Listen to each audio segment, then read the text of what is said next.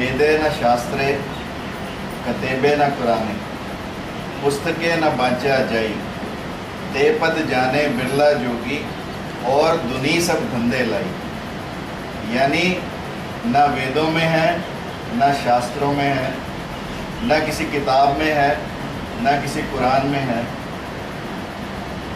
उस पद को कोई बिरला जोगी ही जानता है, बाकी सब दुनिया, पंडित पुरोहित सब हमें धंधे लगाते हैं।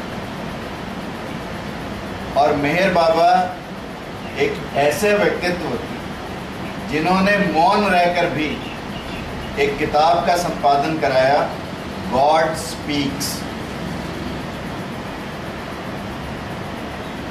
अब आप सोचो कि मौन रहकर भी पुस्तक का संपादन, गॉड स्पीक्स, मौन रहकर व्यक्ति कैसे बोल सकता है, ये एक मनन का विषय है, एक चिंतन का विषय। इसको जानने के लिए we'll have to go back to the roots। हमें विषय को जड़ से पकड़ना पड़ेगा। और जड़ क्या? जड़ ये है कि हमारा मन विश्लेषणात्मक है, एनालिटिकल माइंड, एनालिसिस करता है। और साइंस इस एनालिसिस को बढ़ावा देती है। और संत और योगी और योग हमें सिखाता है कि मन का संश्लेषण किया जाए, मन को अमन की अवस्था में पहुंचाया जाए। और जब व्यक्ति अमन की अवस्था में जाता है तो वो मौन होकर भी बहुत कुछ कह देता है। संत का काम क्या है? एक सूफी संत के पास एक व्यक्ति हीरे जोड़ात जड़ी एक कैंची लेकर गया। संत ने वो कैंची लेने से मना कर दिया और उसे कहा कि तुम यदि मुझे कुछ देना ही चाहते हो तो एक सुई दे दो। अब ये दोनों शब्द प्रतीकात्मक हैं। कैंची काटने का काम करती है और सुई जोड़ने का काम।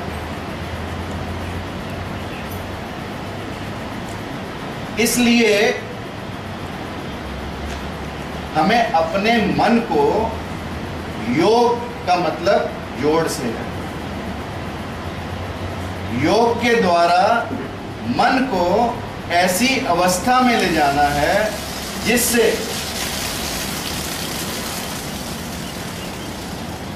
हम विश्लेषणात्मक से संश्लेषणात्मक की तरफ अग्रसर हों।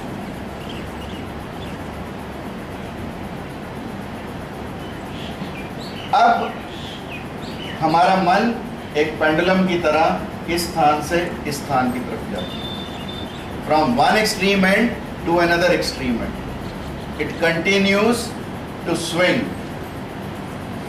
जैसे एक व्यक्ति या गुरु के दो शिष्य हों और दोनों आपस में बातचीत करते हैं कि यार सिगरेट पीते हैं, तो एक कहता है सिगरेट पी तो लें पर पहले गुरु की आज्ञा ले। तो दोनों गुरु की आज्ञा लेने जाते हैं। एक को गुरु हाँ कह देता है, दूसरे को गुरु ना कह देता है।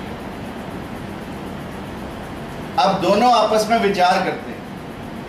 प्रश्न एक ही है, सिगरेट पीने का। एक को गुरु हाँ कहता है, दूसरे को गुरु ना कहता है। तो वो आपस में फिर बात करते हैं कि हाँ और ना क्यों हुई। तो वो पूछता है कि तूने क्या प्रश्न किया था गुरु से। तो एक कहता है कि मैंने गुरु से प्रश्न किया कि क्या मैं सिगरेट के समय ध्यान कर सकता हूँ, सिगरेट पीने के समय ध्यान कर सकता हूँ। तो गुरु ने उसे कहा हाँ। और दूसरे ने पूछा कि क्या गुरुदेव मैं ध्यान के लिए यहाँ आया हूँ, ध्यान करते समय सिगरेट पी सकता हूँ। तो गुरु ने कहा ना। ये दो अवस्थाएं हैं कि एक कि सिगरेट पीते हुए ध्यान करना और एक ध्यान करते हुए सिगरेट पीना, दोनों चीजों में बुनियादी फर्क है जिसे हमें समझना होगा।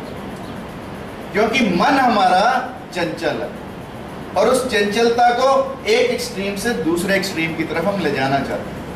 गुरु के दरबार में भी गए हैं, शिष्य भी बनना चाहते हैं, परंतु सिगरेट पीने की इच्छा नहीं। ऐसा ही मोहम्मद एयाज के बारे में कहते हैं कि मोहम्मद एयाज बहुत बड़े संत थे, भिक्षा मांगकर अपना गुजारा करते। तो राजा ने सोचा कि क्यों ना इतने बड़े संत को मैं किसी दूसरे देश में अपने प्रतिनिधि के रूप में भेजूं, अपने एम्बेसी के रूप में भेजूं, अपने एम्बेसडर के रूप में भेजूं। राजा ने कहा कि तुम दूसरे देश में, लाइक ईरान में तुम जाओ, पर एक शर्त है कि तुम वहां राजा के पास रहोगे, भीख मत मांगना जाके। भीख मांगोगे तो मेरे देश की बदनामी होगी। तुमने भीख नहीं मांगनी, बाकी जो तुम्हारे विचार हैं, बाकी जो तुम्हारे उपदेश हैं, सब लोगों को देते रहना। अब मोहम्मद एयाज ईरान में गए, वहां रहकर उपदेश देने लगे। राजा को भी उनकी कीर्ति पता लगी। जब राजा ने उनकी कीर्ति के बारे में सुना तो राजा ने उन्हें बुलाया कि कहा उपदेश दो। उन्होंने बहुत अच्छा उपदेश दिया।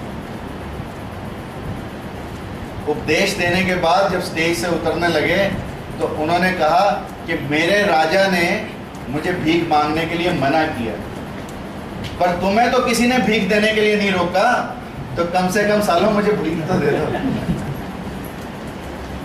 यानी सब कुछ ठीक, परंतु मन की चंचलता इधर से उधर हमें दौड़ाती रहती है। अब इस चंचल मन को स्थिर अवस्था में कैसे लाया जाए? इस मन को जो व्यक्ति स्थिर अवस्था में ले आता है, उसी को ही गीता में कृष्ण ने कहा स्थित प्रज्ञ व्यक्ति। और मेरी समझ में ये आता है कि इस मन को स्थिर करने का सिर्फ एक ही उपाय है, दूसरों की सेवा करो। लोग तरह तरह के अपने अपने, किसी ने ध्यान से कहा, किसी ने योग से कहा, किसी ने श्वास की प्रक्रियाओं से कहा, परंतु मेरा ये मानना है कि इस मन को स्थिर करने का एक ही उपाय है, इस मन की चंचलता को समाप्त करने का एक ही उपाय है, दूसरों की सेवा करना। और जो व्यक्ति दूसरों की सेवा करते हैं, उन्हें अंदर से इतनी आनंद की अनुभूति होती है, जो अनुभूति व्यक्तियों को 44 साल मौन रहने के बाद प्राप्त हो। जो व्यक्ति को बुद्ध को 12 साल, बुद्ध भी 12 साल मौन रहे ध्यान की अवस्था में, उसके बाद प्राप्त हो। तो जो व्यक्ति सेवा के कार्य करते हैं, उन्हें इस परमानंद की अनुभूति प्रतिपल होती रहती है। जिसको खोजने दुनिया जाती है, उसको खोजने की आवश्यकता ही नहीं, क्योंकि वो हमारे अंदर है। और वो अंदर से प्रकट कब होगा? जब हम सेवा के कार्य करें। इब्राहिम बहुत बड़े राजा थे और बाद में एक संत बने, भिक्षा मांगकर अपना गुजारा करते। और उनके साथ एक और गरीब व्यक्ति भी रहने लगे। रहते रहते उसकी प्रार्थना कैसे होती थी कि ए खुदा कुछ खाने को दे, ए खुदा रहने को मकान दे, ए खुदा पहनने को कपड़े दे। मतलब रोटी कपड़ा और मकान तक सीमित, क्योंकि गरीब व्यक्ति थे। तो इब्राहिम ने कहा कि मैंने तो ये गरीबी अपने आप से ली है। तू गरीबी के सौंदर्य को नहीं जानता, तू परमात्मा से कुछ मत मांग, सिर्फ परमात्मा को धन्यवाद दे। परमात्मा की प्रार्थना में सिर्फ धन्यवाद कर, क्योंकि गरीबी बड़ी मुश्किल से मिलती है। अमीरी के तो 100 दुख हैं, पर गरीबी का कोई दुख नहीं। तो इब्राहिम ने कहा कि मैंने सब कुछ पाकर छोड़ने में आनंद पाया, और तू सारा दिन मांगता है परमात्मा से, परमात्मा कभी तुझे मिलने वाला। तो जो छोड़ने का आनंद है वो किसी किसी व्यक्ति को मिलता है।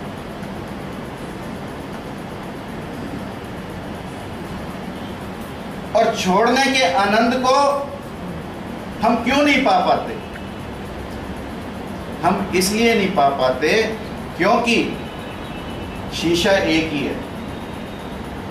वो शीशा खिड़की में लगा है तो हम पार दिखाई देता, दूर तक का दिखाई देता, दूसरे लोग दिखाई देते। और यदि उसी शीशे पर सिल्वर पेंट कर दिया जाए, चांदी लगा दी जाए, तो सिर्फ हम ही हम दिखाई देते। तो जब हमारे पास इतना धन दौलत इकट्ठी होने लगती है तो हम सिर्फ अपने आप को देख पाते हैं, और जब हमें सोने चांदी की परत को हटा देते हैं तब हमें दूर तक सब कुछ साफ दिखाई देने लगता है, दूसरे दिखाई देने लगते हैं। तब हम दूसरों के कार्य के लिए अपने मन को परिवर्तित करते हैं। और जिस व्यक्ति ने दूसरों के लिए जिंदगी को जिया, दूसरों के कार्य किए, वही व्यक्ति इस दुनिया में याद किए। Have you heard of the Sea of Galilee? Galilei के सागर के बारे में सुना आप लोगों ने? इजराइल के पास माउंट हरमन से जो जॉर्डन नदी निकलती है वो आके गैलीली के सागर में मिलती है। और जीसस ने कहते हैं सारे अपने उपदेश इस जॉर्डन नदी के किनारे दिए और गैलीली के सागर के पास दिए। 13 माइल्स इंटू 7 माइल्स का ये सागर है, जिसे लेक भी कहा जाता है। It's a backwater lake,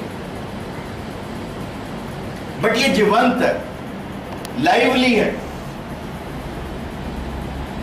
and adjacent to it is another sea, जहां पर ना तो कोई मछलियां होती हैं, ना कोई उसके आसपास वनस्पति होती है, ना उसके आसपास कोई लोग रहते हैं। And that is called Dead Sea. Now, what is the difference between Sea of Galilee and Dead Sea? The difference is that Sea of Galilee doesn't keep anything with it. It gives everything. And Dead Sea doesn't give anything to anyone. That is why the sermons from the mount, the messages in the Bible were given on the banks of Sea of Galilee. Because that's a lively sea, because it believes in giving. And the Dead Sea, since it doesn't believe in giving, therefore is called Dead Sea, and nobody likes to go to that Dead Sea. So this is the difference, whether we want to make our life a pond or a tank, or we want to make our life like a river. The river flows and flows and gives and gives. The tank is stagnant, and wherever there is stagnant water, it breeds infection. So we must not make our life a stagnant affair. Our life should be a lively affair, like a river which is ever changing and ever giving. Thank you very much.